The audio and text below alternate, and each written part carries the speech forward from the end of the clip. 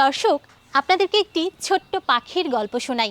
770 খ্রিস্টপূর্বাব্দ চীনে প্রথম এই পাখিটিকে পাওয়া যায়। তারও অনেক পরে অর্থাৎ 1100 থেকে 1200 শতকে এই পাখিটি জাপানে পালন করা হতো শুধুমাত্র গানের জন্য। সুরেলা কণ্ঠ এবং খুব ছোট হওয়ায় এই পাখিটি লালন পালন করা ছিল ভীষণ সহজ।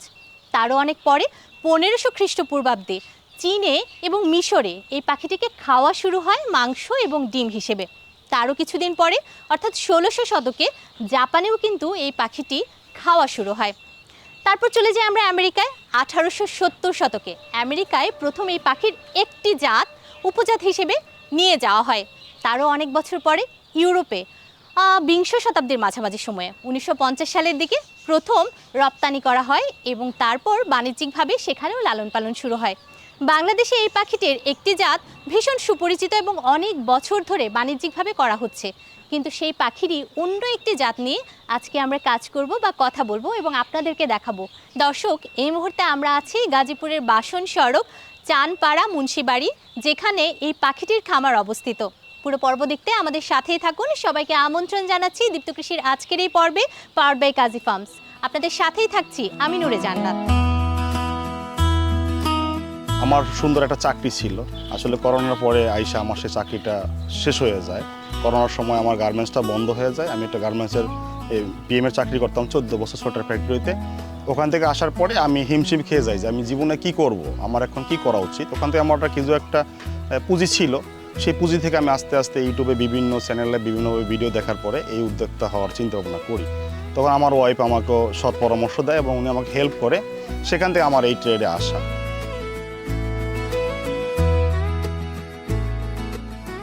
এখান থেকে আমি 2020 সালের মার্চের দিকে আমি টাইগার মুরগি খামার নিয়ে আমার লাইফ যাত্রা শুরু করি। এই খামার সেক্টরে আসি, সেখানে আমি একটা শেড তৈরি করি। আমি ওখানে প্রায় 1200-র মতো বাচ্চা নিয়ে আসি, টাইগার মুরগির বাচ্চা নিয়ে আসি। ওটা আমি প্যারেন্টস স্টক তৈরি করি। তো ওখান থেকে আমার দেখা যায় যে কিছু বাচ্চা মেল হয়ে যায়, কিছু বাচ্চা ফিমেল হয়ে যায়। এটা বাছাই করার পরে আমি এখান থেকে 600 পিস প্যারেন্টসের মতো স্টক দাঁড়া করি। তারপর এখান থেকে আমি একটা মেশিন ক্রয় করি যে আমি এটা দিয়ে হ্যাচারি করবো, বাচ্চা ফোটাবো। আমার উদ্যোগটাই ছিল যে আমি বাচ্চা করব। সেখান থেকে আমার এই জগতে আসা।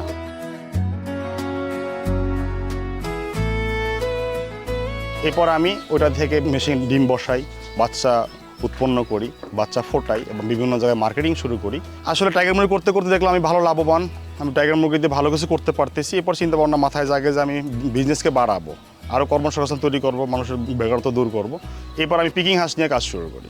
এর নেক্সট টাইমে আমার পিকিং হাঁসটা দেখে আমি খুব দ্রুত বর্ধনশীল হয়, 45 দিনে 3 কেজি ওয়েট আসে। সেখানে আমি পিকিং হাঁস নিয়ে কাজ শুরু করি। এই হাঁসটা আমি প্রায় 3 বছর ধরে এটা নিয়ে কাজ করতেছি, এখনও এই হাঁস নিয়ে কাজ করতেছি। এখান থেকে আমি আমার প্রত্যেক দিন আমার মিনিমাম 20টা হাঁস 10টা হাঁস মারা যাচ্ছে। এক সময় দেখা যায় যে আমার 400 হাঁসই মারা যায়। সেখানে আমি একটা বড় লসের সম্মুখীন হয়ে যাই। এখান থেকে আমার 8 লক্ষ টাকার মতো একটা লস হয়ে যায় এই হাঁসটা মারা যাওয়াতে। সেখান থেকে আমি খুব হতাশ হয়ে যাই, আমি এখন কী করব, মানে কোন দিক যাব বা কী নিয়ে কাজ করব।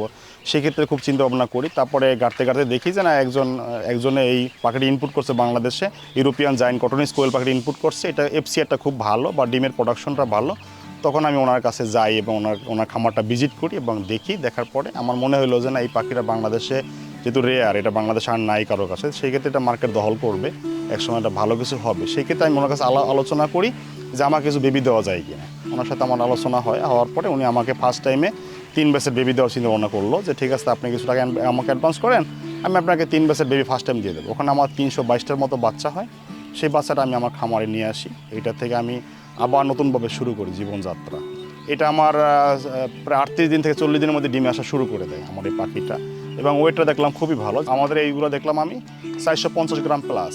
জাপানি কোয়েল 4টে ড্রেসিং করে যে মাংস পাবেন, আর এই কোয়েলটা একটা ড্রেসিং করলে সেই মাংস পাবেন। তাহলে আমার তো লাভটা এই জায়গায়। তাহলে আমি এটা নিয়ে চিন্তা করলাম যে এটা আমি যদি প্রান্তিক খামারদের হাতে পৌঁছে দিতে পারি বাণিজ্যিকভাবে, এটা ভালো কিছু মার্কেটে বাংলাদেশে আসবে। আমি ইদানিং লক্ষ্য করছি যে গাজীপুর সদরে অনেক খামারিরা সাদা কোয়েল লালন পালন করছে এবং আমাদের হসপিটালেও নিয়ে আসছে। এই সাদা কোয়েলটা জেনেটিক মিউটেশনের মাধ্যমে তৈরি করা হয়েছে এবং এটা ইউরোপ থেকে আমদানিকৃত। আগের যে আমরা কোয়েলগুলো দেখতাম ভিন্ন রঙের, সেই কোয়েল থেকে এর ডিফারেন্স হচ্ছে যে ওজনের সাদা কোয়েলটা বেশি, অ্যারাউন্ড 400 গ্রামের মতো। যদি এই সাদা কোয়েলের সঠিকভাবে আমরা লালন পালন করতে পারি, তাহলে ভবিষ্যতে কোয়েলটা খামারি লালন পালন করে অনেক লাভবান হবে। তবে সাদা কোয়েলের ক্ষেত্রে কিছু রেস্ট্রিকশন আছে, এরা খুব সেনসিটিভ।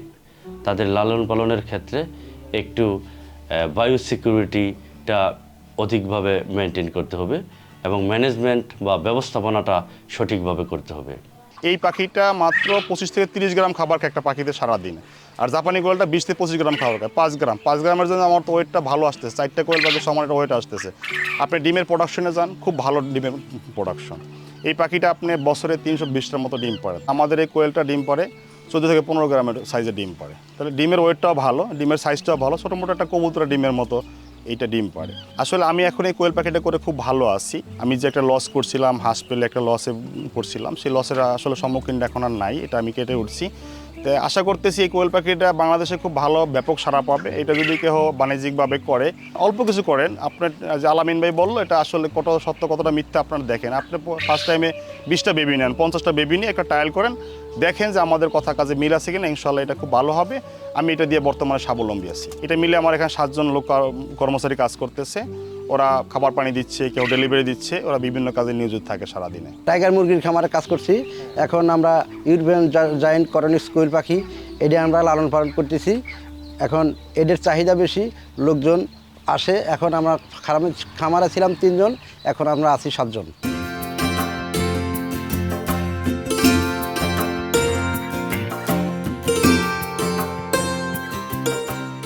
হ্যাঁ, কেমন আছেন? জি আলহামদুলিল্লাহ, আপনি কেমন আছেন? আলহামদুলিল্লাহ ভালো আছে। আর এখানে এসে তো ভীষণই ভালো লাগছে। শুরু করেছিলেন টাইগার মুরগি দিয়ে, আর এখন কোয়েল পাখির ব্যবসা করছেন, কিন্তু বাংলাদেশে যেটা পাওয়া যায় অর্থাৎ জাপানিজ কোয়েলটা কিন্তু না, একেবারে আলাদা একটা জাত। এই জাতটা নিয়ে কেন শুরু করলেন, এই বিষয়টা আমাদেরকে একটু বলেন। আসলে আমি যে প্রোডাক্টটা দ্রুত বর্ধনশীল হয়, যে ব্রিডটা, এই ব্রিডটা নিয়ে কাজ করাটা আমি স্বাচ্ছন্দ্য বোধ করি। দ্রুত যে আমাদের বাংলাদেশে যে কোয়েল পাখিটা আছে, জাপানিজ কোয়েল পাখি, এই কোয়েল পাখিটা আপনি ধরেন সর্বোচ্চ 140 গ্রাম বা থেকে 50 গ্রাম ওয়েট আসে। তো এটা থেকে কোনো ভালো কিছু আছে কি না, ভালো কোয়েল পাখি আছে কি না, যেটা জলদি বড় আরও হবে, সেক্ষেত্রে আমি খুঁজে পাই যে ইউরোপিয়ান জায়ান্ট কটনিস কোয়েল পাখিটা, এটা দিয়ে আমি শুরু করি। দেখেন এটা খুব দ্রুত বর্ধনশীল, এটা আপনি 40 দিনে 450 গ্রাম পর্যন্ত ওয়েট আসে, সেক্ষেত্রে আমরা এটা বেছে নিলাম আর কি। কিন্তু প্রাথমিক অবস্থায় যখন আপনি বাচ্চাগুলোকে হাতে পেলেন, তখন এটার ব্যবস্থাপনা সম্পর্কে আপনার কোনো ধারণা কি ছিল? না, এটা আসলে আমার এক বন্ধু এটাকে ইনপুট করে, আপনার কাছ থেকে 322 পিসের মতো আমি জিরো বাচ্চা নিয়ে আসি, সেটা থেকে এটা আমি শুরু করি। এটাকে বোর্ডিং পিরিয়ডটা 10 দিন হয়, আমরা এটা বোর্ডিং শুরু করি। এটা আমার মূল উদ্দেশ্য ছিল যে এটা দিয়ে আমি একটা হ্যাচারি নির্মাণ করব। আচ্ছা, তো আপনি তো জানেন 10 দিন ব্রুডিংয়ের জন্য গেল, এর পরের ধাপে কি কি করতে হয় আমাদেরকে? এটা আসলে 10 দিন, এটা আসলে জাপানিটার মতো সেমই। জাপানিটা আমরা যারা পালন করতেছি খামারিরা, এটার পরিচর্যা সেম, হ্যাঁ, খাবার দাবার, ভ্যাকসিনেশন, হ্যাঁ, এটা ধরেন ভ্যাকসিন বলতে আমার কোয়েল পাখি কোনো ভ্যাকসিন লাগে না, কিন্তু যদি একই খামারে আপনি হাঁস, মুরগি, কবুতর বিভিন্ন কিছু পালন করেন, সেক্ষেত্রে 2টা ভ্যাকসিন করতে হয়। রানীক্ষেত করি 5 দিনে, আর 12 দিনে গাম্বুরা করে নেই। শীতে কোয়েল পাখি বিভিন্ন রোগে আক্রান্ত হয়, যেমন যদি আমরা ডিওয়ার্মিং না করাই থাকি তখন একটু প্রবলেম হতে পারে, তারপরে পুষ্টিহীনতায় ভুগতে পারে, তারপরে অন্যান্য কিছু শীতকালীন নিউমোনিয়া টাইপ রোগেও আক্রান্ত হয়। এটা আমরা 10 দিন বোর্ডিং করলাম। 10 দিন পরে তাদেরকে আমরা ফার্স্ট টাইমে বল্ডাস্টার খাবারটা ব্যালেন্স করে দিলাম 15 দিন পর্যন্ত। আবার এই বল্ডাস্টার খাবারটাই নেক্সট আরও 25 দিন, মানে মোট হচ্ছে 40 দিন। এই 40 দিন পর্যন্ত আমরা বল্ডাস্টার খাবারটা খাওয়াইলাম, তারপর আমরা ডিম আসা শুরু হলাম। বাংলাদেশে যে সাদা কোয়েল পাওয়া যায়, এই ব্যাপারটা কিন্তু অনেক বেশি সংখ্যক মানুষ জানে না। জি। তাহলে আমরা একটা কোয়েল পাখি নিয়ে একটু দেখি এবং দর্শকদেরও দেখাই। আচ্ছা, আসলে এটা আমি এই ব্যাপারে বলতে গেলে, জাপানি কোয়েলটা যে ডিম পারে, সেই ডিমটা হচ্ছে 8 থেকে 9 গ্রাম ওয়েট আসে, আর ইউরোপিয়ান জায়ান্ট কটনিস কোয়েল পাখি যে ডিমটা পারে, সেই ডিমটা হয় 14 থেকে 16 গ্রাম ওয়েট আসে। যেমন আপনি একটা যদি ডিম ধরে দেখেন, এটা হচ্ছে ছোট মোটো একটা কবুতরের ডিম, মানে কবুতর যে ডিমটা পারে সেম ডিম। আপনি ওয়েট দিবেন 14 গ্রাম প্লাস এই ডিমটা আছে। আর পাখির বেলায় বলতে গেলে আপনার পাখিটা হচ্ছে গিয়া, ওরা ফিমেলগুলো বেশি ওয়েট আসে, প্রায় 500-র উপরও হয়ে যায়। 500 গ্রামের মতো। হ্যাঁ, আমরা গড়ওয়েট দড়ি 450 গ্রাম গড়ওয়েট হয় ফিমেলগুলো, আর মেলগুলো 400 গ্রাম ওয়েট হয়। আপনি যদি ডিমের বেলায় যান, আপনার এটা বছরে 320টার মতো ডিম পেড়ে থাকে এই কোয়েল পাখি। চমৎকার ব্যাপার। আমরা একটা পাখি ধরে আপনি প্লিজ দেখাই আপনাকে একটু দেখি। এবং সাদা কোয়েল দেখার কিন্তু আমারও ভীষণ আগ্রহ হচ্ছে, কারণ এর আগে আমিও দেখিনি, আমারও প্রথমবার, এবং দর্শকদের সাথে সেটা শেয়ার করতে পারা, সেটা তো খুবই ভালো একটা ব্যাপার। দর্শক দেখছেন, আমরা কিন্তু একটা কোয়েল ধরার চেষ্টা করছি। দর্শক, আমার হাতে কিন্তু একটা মেল অর্থাৎ পুরুষ কোয়েল পাখি, সাদা। একটু দেখেন, আমি যদি আপনাদেরকে দেখাই, পুরোপুরি কিন্তু সাদা, এবং হাতে ধরে আমার অনেকটা ব্রয়লার মুরগির মতোই কিন্তু লাগছে, খানিকটা কাছাকাছি ধরনের, এবং পাখনাগুলো যদি আমি আপনাদেরকে দেখাই সেটাও কিন্তু কাছাকাছি ধরনের। পাগুলো একটু দেখবেন, নর্মাল যেরকম পাখি হয় সেরকমই, আলাদা কিছু না, কিন্তু ওয়েটটা বেশ ভালোই মনে হচ্ছে। কিরকম ওয়েট হবে ভাইয়া? আরেকটা আছে, খুব বিশেষ গুণ আছে। আচ্ছা প্লিজ আমাদেরকে একটু জানান। বিশেষ গুণটা হচ্ছে ইউরোপিয়ান কোয়েল পাখিটা ডানা থাকা সত্ত্বেও উঠতে পারে না। জাপানি কোয়েলটা দেখেন, একটা যদি কোনো খামারি যদি 1000 কোয়েল পাখি কোনো ইতে পালে, ফ্লোরে পালে, একটা ছিদ্র করবে, রাত্রে একটাও থাকবে না, সব উড়ে যাবে। আচ্ছা, আর এই পাখিটা লাফালাফি করবে, বাট এটা ওয়েটের কারণে উঠতে পারে না। মানে দর্শক আমরা জানি যে দুইটা পদ্ধতিতে কোয়েল পাখি কিন্তু পালন করা যায়, একটা হচ্ছে খাঁচা পদ্ধতি এবং আরেকটা হচ্ছে মেঝে পদ্ধতি। ভাইয়া, জি। কোয়েল পাখি ধরে দেখলাম, ডিম ধরে দেখলাম, কিন্তু এটা কিভাবে পালন করতে হয় সেটা সম্পর্কে তো দর্শক জানতে চাইবে। দেখছি যে খুব বড় সেটআপ তো এখানে না, দর্শক যদি ছাদে করতে চায় বা নিজেদের বারান্দায় করতে চায় সেটা তো পারবে, তাহলে এটা কিভাবে লালন পালন করতে হয় এই ব্যাপারটা আমাদেরকে একটু বলেন। এইটা আসলে শৌখিন উদ্যোক্তারাও করতে পারবে। যদি ব্যালকনি আছে, যার বাসার ব্যালকনি আছে, ছোট একটা খাঁচা তৈরি করে 100-200 পাখিও পালন করতে পারবে, ডিমের চাহিদা পূরণ করতে পারবে। তারা বাণিজ্যিক করতে চাইলে এটা ফ্লোরিং করতে পারবে। তা আমি মনে করি যদি কেউ যদি এটাকে মানে হ্যাসারি করে বা বাচ্চা ফোটায়, প্যারেন্টস স্টক তৈরি করে, সেক্ষেত্রে তার জন্য উচিত হবে খাঁচা করা। আচ্ছা। কারণ খাঁচায় প্রোডাকশনটা ভালো আসে, খাঁচার মধ্যে ব্রিডিংটা ভালো হয়, প্রোডাকশনটা ভালো আসে, বাচ্চা কাচ্চা ভালো ফুল। কতগুলো করে আপনি মানে যেমন কোয়েল পাখি রেখেছেন? আমাদের জাপানিটার ভিতরে হচ্ছে 1 স্কয়ার ফিটে 4টা কোয়েল পাখি পালন করা যায়। আচ্ছা আর আমাদের ইউরোপিয়ানটা যদি ওয়েট বেশি আসে, যদি আমরা চাচ্ছি যে 1 স্কয়ার ফিটে 2টা পাখি পালন করি আমরা। আচ্ছা, তাহলে আপনি এখানে কত স্কয়ার ফিট করে আলাদা আলাদা খাঁচাগুলো করেছেন? আমার এগুলো আছে 6 ফিট বাই আছে 2 ফিট। আচ্ছা, 6 বাই সেখানে 2 কতগুলো আমরা রেখেছেন? প্রত্যেকটা এই খাঁচার ভিতরে 2টা পার্টিশন করা আছে, একটা পার্টিশন করা আছে অর্ধেক অর্ধেক, এখানে আমরা 20 পিস করে দিয়ে দিছি। আচ্ছা ভাইয়া, তাহলে জানতে চাইবো এখানে যে খাবার খাচ্ছে এটাও তো এক ধরনের ইকুইপমেন্ট, এটা আসলে কেন কিভাবে? জি, আসলে এই কোয়েল পাখিটা আপনার পার ডে 25 থেকে 30 গ্রাম খাবার খায় আচ্ছা, এবং 3 বেলা এটা ভাগ করে দিবেন, সকাল দুপুর রাত। খাবারটা যদি ধরে দেখি, একটু আমাকে একটু দিবেন হাতে। আচ্ছা, যেহেতু এটা তো আপনি এই যে ব্লেন্ড করেই দিতেন যখন ওরা ছোট ছিল, আর ছোট এখন ছিল। হচ্ছে ব্লেন্ড ছাড়া, এখন কি কি blend জিনিস আসলে এখানে আছে আমি যদি জানতে এটা চাই? আসলে কোম্পানির ফিট, আমরা বিভিন্ন কোম্পানিতে এই খাবারটা হয়ে থাকে, এটাকে বলা হয় লেয়ার লেয়ার 1 ফিট, প্রোটিন থাকে, ভুট্টা দেখতে মিনারেল পাচ্ছি, থাকে। হ্যাঁ। হ্যাঁ, এটা ওরা মেশিনে তৈরি করে, ওরা ওরাই বলতে পারবে। এটা আমরা আচ্ছা। কোম্পানি খাবারটা কিনে নেই। বুঝতে পেরেছি। আর ভাই আমি যদি খরচের কথা জিজ্ঞেস করি, এই যে স্ট্রাকচারটা আপনার তৈরি করতে, মানে এই যে খাঁচা তৈরি করতে খরচ কত হয়েছে? আসলে বর্তমানে যে এটা খাঁচার একটা পার্থক্য আছে, জি। আমরা যে জাপানি কোয়েলের খাঁচাটা বানাই থাকি, আমরা এই গ্যাপটা দিয়ে হচ্ছে 1 ইঞ্চি, আচ্ছা, কারণ ওই পাখিটা ছোট, জানি বের হয়ে না যেতে পারে।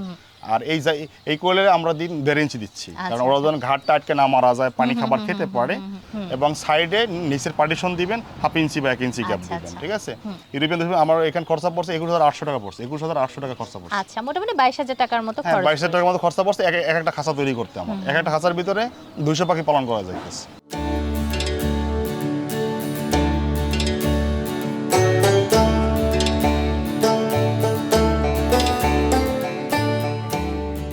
কতদিনের বাচ্চা এখানে একটু বসে যদি ধরে দেখি? এটা 10 দিনের বাচ্চা আপু। 10 দিনের বাচ্চা, জি, একটু জি। দেখি ধরে। এই যে এটা 10 দিনের বাচ্চা। আচ্ছা, একেবারেই নরম ছোট্ট পাখি একটা। মুরগির ছানা বললেও আসলে মানুষ বিশ্বাস করবে, কিন্তু এটা একটা পাখি এবং আমার হাতে দেখতে পাচ্ছেন সুন্দর করে বসে আছে। আচ্ছা, ছেড়ে দেই। 10 দিনের বাচ্চার যত্ন কি লাগে? আচ্ছা, এটা আমরা 1 দিন থেকে 10 দিন হচ্ছে আমাদের বোর্ডিং পিরিয়ড। এই পিরিয়ডের মধ্যে আমরা নিচে দেই তুষ দেই, ধানের আচ্ছা, তুষ আচ্ছা। দিয়ে থাকি। এরপরে আমরা এটাকে একটা চিক গার্ড, এটাকে বলে চিক গার্ড, আচ্ছা, চিক গার্ড আচ্ছা। দিয়ে এটা ঘেরাও করে দিয়ে বাচ্চাগুলো না বেরো যেতে পারে। উপরে একটা আমরা হোপার দেই, অনেকে ছাতা বলে, বোর্ডার বলে, আমরা বলি হোপার। এটার ভিতরে আমরা 4টা লাইট করি, সংযুক্ত করি 100 ওয়াট লাল লাইট। কতটুকু তাপমাত্রা লাগে এদের? এটা 35 প্লাস লাগবে, 35 থেকে 38 এর মধ্যে তাপমাত্রা থাকতে হবে সব সময়। আর এটা আমরা 1 হাত উপরে, বোর্ডারটাকে মাটি থেকে 1 হাত উপরে সেট করলে সেই তাপটা হয়ে যায়, আমাদের মাপা আছে, হয়ে যায়। এরপর এটাকে আমরা রাত্রেবেলায় আমরা এটাকে একটা চাদর দিয়ে আটকাই দিই, ঠান্ডা আবহাওয়াটা ভিতরে একটা বাতাসটা না আচ্ছা, ঢুকতে আচ্ছা। পারে। আর দিনে আমরা এটাকে সরাই ফেলি এবং এই 10 দিন পর্যন্ত আমরা খাবারটাকে ব্যালেন্স করে দিচ্ছি। আচ্ছা। এবং আমরা পানি দিচ্ছি এইভাবে পাত্রে, দেখেন আপনি আচ্ছা, দর্শকদেরকে একটু দেখান। দেখি এবং দর্শকদেরকে এবং এর দেখাই। ভিতরে মার্বেল দিয়ে দিই আমরা। আচ্ছা, এই মার্বেলটা কেন? মার্বেল ওর মধ্যে বাচ্চারা পরে মারা যাবে, তো ছোট বাচ্চা মারা যাবে আচ্ছা। এবং ভিজলে নিউমোনিয়া হবে। এটা যেন না হয় সেক্ষেত্রে আমরা এবার পানির পরে পানি দেই এবং বোর্ডিং কিছু মেডিসিন আছে, নাভি শুকানোর জন্য কিছু মেডিসিন ইউজ করি। পেঁচ আছে, এটা আমি একটু আচ্ছা, আচ্ছা। দর্শকদেরকে হ্যাঁ, please দেখাই, একটু দেখান একটু আমাদেরকে। দেখাচ্ছি আমি। এই দেখেন, এটা আমরা এটা থাকে সিঙ্গেল, আচ্ছা, এটা এখানে পেঁচ আছে, ঠিক আছে? এখন আমরা এটার মধ্যে আগে পানি ভরে নিব, আচ্ছা। ভরে এটাকে উল্টাইয়ে আটকাই দেবো, আটকাই দিয়ে আমরা এটার ভিতরে 10 থেকে 12টা মার্বেল দিব। তাহলে ভাই এটা আমরা লাগিয়ে দিই। জি আপু, এটার মধ্যে আমরা এই করি, আগে পানিটা ভরে নেই মেডিসিন দিয়ে, পরে আমরা এটাকে এভাবে লক করে দিলে যেটুকু পানি খাবে সেটুকুই বের হবে, আর না আচ্ছা, খাইলে আর বের হবে না। বের হবে না। বাহ, সুন্দর একটা ব্যাপার। আমরা একটু সামনের দিকেও যাব ভাইয়া। ওখানে তো আপনি বলছিলেন যে এর পরের ধাপে জি জি, যেমন এখানে আমাদের 20 দিনের পাখি আছে আপু, আচ্ছা আসেন দেখি একটু আমরা দেখি। এগুলো তো প্রায় বিক্রির উপযোগী হয়েছে, তাই না? না আসলে কি, অনেকে বাইরে থাকে, অনেকে বলে ভাইয়া আমাকে 20 দিনে পাখি দিবেন, কেউ আচ্ছা, বলে আচ্ছা, আমাকে আচ্ছা। 30 দিনে পাখি দিবেন, যেমন যে চাহিদা। আমাদের এখানে 3-4টে ক্যাটাগরি বাচ্চা আমরা সেল করতেছি, 0 বাচ্চা, 10 দিন, 20 দিন, 30 দিন সেল। যেমন এটা দেখেন, এটা হ্যাঁ, বয়স আজকে please। 20 দিন হয়ে গেল, দেখেন কত বড় পাখিটা হয়ে গেছে। হ্যাঁ, ওজনটা বেশ ভালো হয়েছে 20 দিনের তুলনায়। খুব তাড়াতাড়ি এটা আসলে বর্ধনশীল হয়ে যায়, সেটা বোঝাই যাচ্ছে, কারণ ওখানে 10 দিন এবং এটা 20 দিন, এতটা পার্থক্য। জি, আর আপু এটা যদি কেউ যদি মাংসের জন্য উৎপন্ন করে, সে এটা 30 দিনে এটা হারভেস্ট করতে পারবে। আচ্ছা, বাজারজাত করে ফেলতে হ্যাঁ, পারবে। 30 দিনের ভিতরে হারভেস্ট করতে পারবে। ভাইয়া, আপনি তো এই 20 দিনের বাচ্চাও দেখালেন এবং 10 দিনের বাচ্চাও দেখালেন, কিন্তু একেবারে 0 বাচ্চা যেটা ইনকিউবেটরে থাকে এবং জি। যেখানে বাচ্চাটা আসলে ফুটে, ওই জায়গাটা তো আমরা একটু দেখবো এবং জি, জি। দামটা সম্পর্কেও জানবো, কেমন জি। বেচা বিক্রি করছেন, কত দামে করছেন। তাহলে ওইদিকে আমরা চলে যাই। জি ইনশাআল্লাহ, চলেন।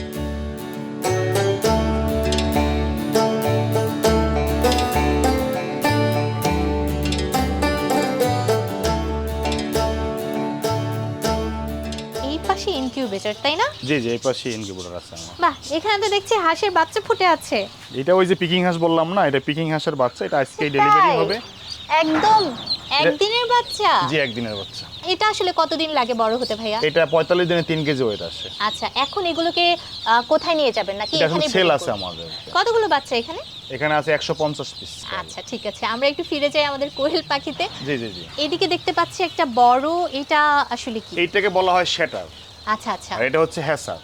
এটার মধ্যে ডিমটা আমরা 15 দিন রাখি, তাপমাত্রা একই থাকে, 37.7 ডিগ্রি সেলসিয়াস তাপমাত্রায় আচ্ছা, থাকে। আচ্ছা। এটার মধ্যে আমরা ডিমটাকে আমরা এখানে ধরেন এবার বসাই দেই, ট্রে আছে, ট্রের আচ্ছা। ভিতরে বসাই দেই।